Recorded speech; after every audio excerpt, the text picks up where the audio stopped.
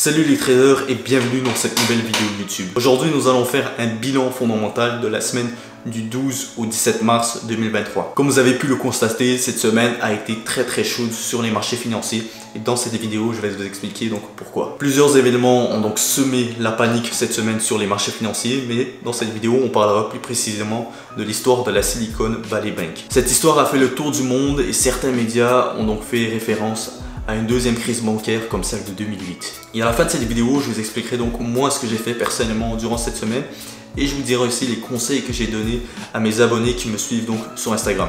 Donc encore une fois, très important, suivez-moi sur Instagram si vous voulez être plus au courant de l'actualité simplement sur les marchés boursiers, si vous voulez avoir plus de tips d'un point de vue fondamental et technique. Vous pouvez aussi me rejoindre simplement dans la description, vous allez avoir accès à mon Telegram gratuit où je partage encore une fois des conseils sur des fondamentales, sur l'analyse technique ou peu importe tout ce qui touche en fait au trading forex. Donc vous pouvez le rejoindre, encore une fois c'est 100% gratuit. Bien évidemment il y a aussi mon TikTok si vous voulez plus de contenu et mon Instagram encore une fois aussi. Bref, cesse de bavardage, passons maintenant au vif du sujet. Donc commençons par le début de la semaine où là on a débuté très fort donc avec l'histoire de la Silicon Valley Bank.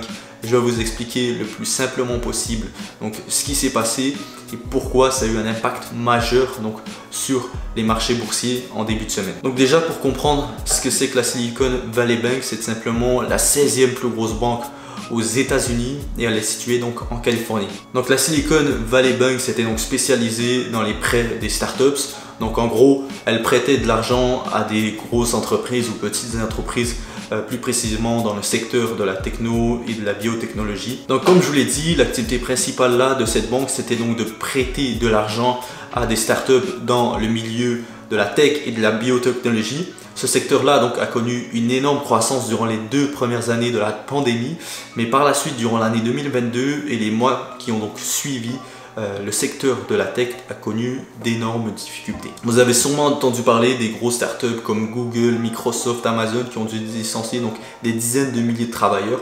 Mais c'est pas juste ces grosses entreprises-là qui ont dû licencier, il y a des petites entreprises aussi dans le secteur de la tech et de la biotechnologie qui ont dû licencier aussi donc des travailleurs et tout simplement puisqu'ils avaient besoin de liquidités, soit de l'argent en tant que tel. Donc pour faire simple, tout simplement, les startups dans ce milieu-là, dans ce secteur-là de tech avaient donc besoin de liquidité, mais il y a tout simplement eu un des problèmes avec cette banque-là, c'est que la banque n'avait pas assez de liquidité pour répondre à tous ses clients. Donc comme toutes les banques, la Silicon Valley Bank utilisait tout simplement l'argent de ses clients, donc l'argent des dépôts que ces startups-là faisaient tout simplement dans la banque, ou des gens riches qui déposaient aussi de l'argent dans cette banque-là, et utilisaient donc l'argent pour la réinvestir sur les marchés financiers pour acheter notamment donc des obligations. Généralement donc les obligations sont des investissements sûrs, mais là en tant que tel, leurs valeurs ont chuté et je vais vous expliquer pourquoi. Donc la raison est super simple.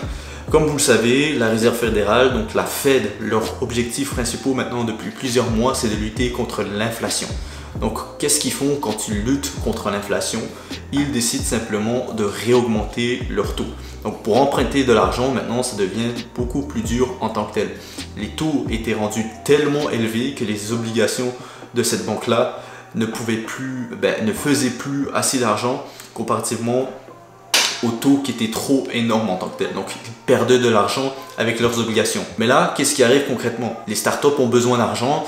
Ils sont dans une crise eux aussi. Comment est-ce que ça se passe concrètement? Qu'est-ce qui se passe?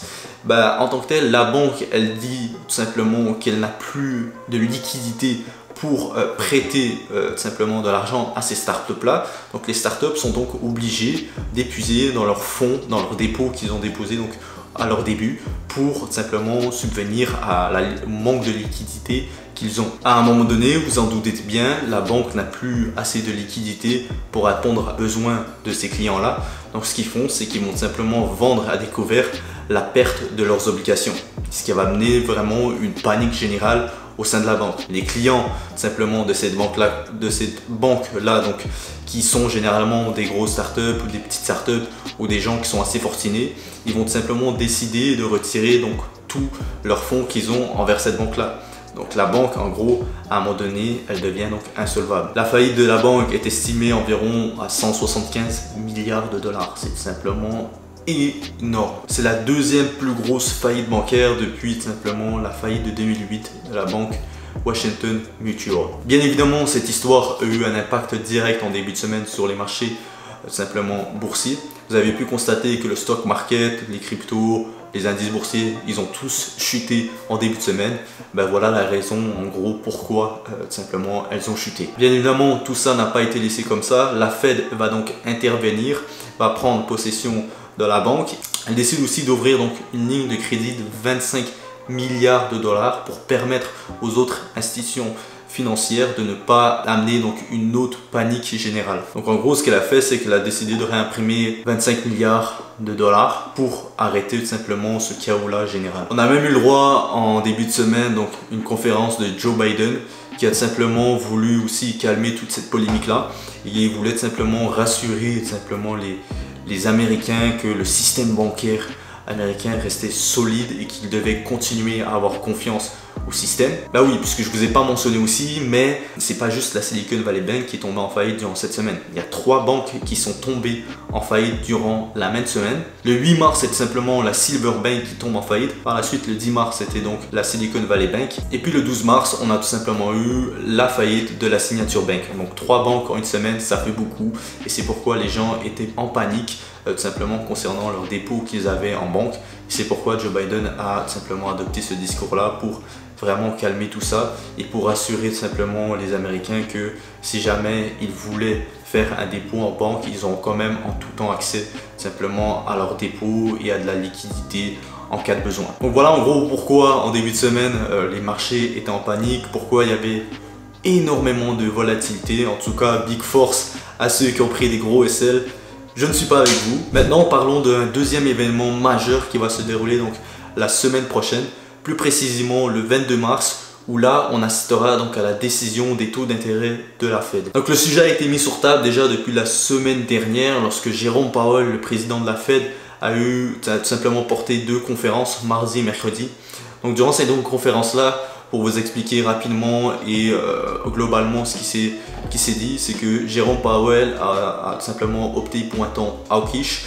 Donc un ton hawkish, ça veut tout simplement dire qu'il était prêt, s'il le fallait, qu'il allait réaugmenter les taux non de 25 mais de 50 points si l'inflation persistait et que les datas, en tout cas des prochains événements majeurs comme le NFP et tout simplement l'inflation durant le mois de février n'était pas bonne en tant que telle. Donc à la suite de ces 2 conférences-là, la probabilité que la Fed réaugmente donc ses taux à 50 points était de plus de 70%. Donc ce qui pouvait vraiment changer la dot de cette décision-là des 50 points, c'était si jamais tout simplement la sortie des datas du NFP et de l'inflation n'allait pas tout simplement continuer à pousser l'inflation encore plus forte. Donc à l'heure où je vous tourne cette vidéo là, bien évidemment les datas de ces 2 événements majeurs sont sortis. Le NFP est donc sorti plus que prévu, mais moins que le mois de janvier. Donc voilà, ça n'a pas eu un impact réellement majeur. Et puis par la suite, on a eu les datas sur le CPI, donc l'inflation américaine. Et encore une fois, c'est sorti comme prévu en tant que tel. Il n'y a pas eu de surprise. Et ça n'a pas vraiment stimulé en tant que tel le fait que la Fed pourrait réaugmenter pour de bon ses taux de 50 points. Donc à la sortie de ces datas-là, la Fed a tout simplement réopté pour une potentielle hausse de 25 points. Donc la hausse des 50 points de la semaine dernière qui avait de plus de chances en tant que tel de sortir pour le 22 mars est donc descendu. Les probabilités sont maintenant plus fortes pour que la Fed réaugmente ses taux de 25 points. Mais maintenant, il y a un truc quand même qui me tracasse et que je vais tout simplement débattre avec vous en commentaire. Donc ce que je voulais débattre avec vous en commentaire, n'hésitez pas à me le faire parvenir votre avis. C'est tout simplement l'histoire avec la Silicon Valley Bank. Donc comme je vous l'ai expliqué précédemment, la Fed a dû tout simplement réimprimer énormément de liquidités pour résolver donc le problème pour la Silicon Valley Bank. Mais qu'est-ce que ça fait en sorte quand la Fed réimprime beaucoup de billets? Je vous l'ai dit, lorsque la Fed réimprime beaucoup de billets, ça stimule simplement l'économie. Pourquoi? Les gens dépensent plus, donc ça stimule l'inflation en tant que telle. Et lorsque l'inflation est trop élevée, qu'est-ce qui arrive? La Fed doit simplement décider de réaugmenter ses taux. Donc là, en tant que tel, moi, est-ce que la Fed, d'après vous, va réaugmenter ses taux de 25 points à cause de cette histoire de la banque de la Silicon Valley, puisqu'ils ont dû réimprimer énormément d'argent, ou est-ce qu'ils vont rester avec leur idée d'une rehausse de 25 points puisque les taux sont déjà énormes en tant que tels. Et ça pourrait continuer d'engendrer une panique et pourquoi pas d'autres crises bancaires comme il s'est passé la semaine dernière. Donc, concrètement, vous, qu'est-ce que vous en pensez? Est-ce que vous pensez que simplement la Fed réaugmentera ses taux de 50 points pour baisser l'inflation?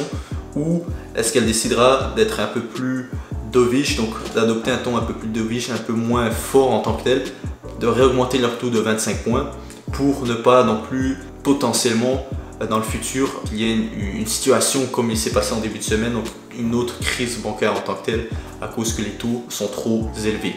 Bref, dites-moi votre avis en commentaire, ça m'intéresse. Personnellement, moi, je vais attendre les datas du 22 mars et on verra bien ensemble ce qui va se passer ce jour-là. Maintenant, je vais vous expliquer comment est-ce que j'ai réagi face à tous ces événements majeurs qui ont amené donc une panique générale sur les marchés boursiers et le conseil que j'ai donné donc à mes abonnés qui me suivent sur Instagram. Donc vous l'avez sûrement constaté si vous êtes trader que cette semaine, il y a eu énormément de volatilité en tant que telle. Et personnellement, moi, je n'ai pas tradé et je vais vous expliquer pourquoi. La raison est super simple. Donc les conditions de marché de cette semaine-là, durant la semaine, n'étaient tout simplement pas propices à ma stratégie de trading. Donc je me devais de respecter et de rester discipliné par rapport à mon plan de trading. Le jour où vous allez comprendre que le but d'un trader n'est pas de prédire les futurs mouvements d'un marché, mais de comprendre et de savoir quand est-ce que c'est le bon moment de trader ou pas, vous allez devenir donc un trader discipliné. Un trader discipliné est un trader qui ne se laisse pas contrôler par ses émotions. Il ne laisse donc pas ses émotions prendre le contrôle sur les décisions qu'il peut avoir sur le marché financier. Un trader discipliné est capable de se pointer tous les jours devant son écran, de faire son analyse quotidienne et de se dire à la fin: aujourd'hui, je ne traderai pas puisque les conditions ne sont pas favorables à ma stratégie. Donc, je vais rester discipliné et respecter mon plan de trading. Donc voilà ce que c'est qu'un trader discipliné et c'est la raison principale pourquoi je n'ai pas décidé de trader cette semaine. Je le répète toujours, vous le savez, le marché n'ira nulle part. Demain il sera là, dans un mois il sera là, dans des années il sera toujours là. Donc des opportunités en tant que telles, vous en aurez toujours. Donc la décision après, elle reste à vous. Est-ce que vous préférez simplement trader dans des conditions qui ne sont pas optimales? Encore une fois, c'est vous qui décidez et c'est à vos risques et périls. Donc pour conclure tout ça, prenez le temps de bien réfléchir à tout ce que je viens de vous dire. Demandez-vous dans votre tête si ça en vaut vraiment la peine de risquer votre capital quand les conditions de marché ne sont pas optimales et risquées en tant que telles. Sur ce, je vous dis à très bientôt pour une prochaine vidéo. Si vous avez aimé, n'oubliez pas de la liker et de vous abonner. Je vous dis à très bientôt. C'était Henri. Ciao.